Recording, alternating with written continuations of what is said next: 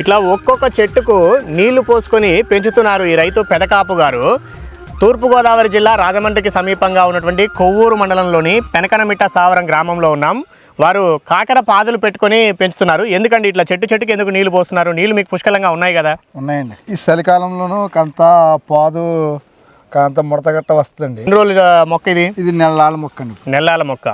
ఈ పాదులు కాకర వైవి. అవునండి. ఇట్లా ఎన్ని రోజుల పాటు నీళ్లు పోసుకొని పెంచుతారు మరి? ఇది మామూలుగా ఇప్పుడు ఈ మాసం ఈ జనవరి నెలాఖరు దాకా ఇట్లానే పెంచుకోవాలి. ఇలా పెంచుకోవాలండి. ఇక్కడ నుంచి కాంత ఎండ తేమ ఎక్కువ వస్తుంది కదండి. ఫిబ్రవరిలో ఇంకా మెల్లగా ఎండలు పెరుగుతూ ఉంటే కాంత మంచు పోతే అప్పుడు తడి పారేస్తామండి. అప్పుడు తడి పారిస్తారు.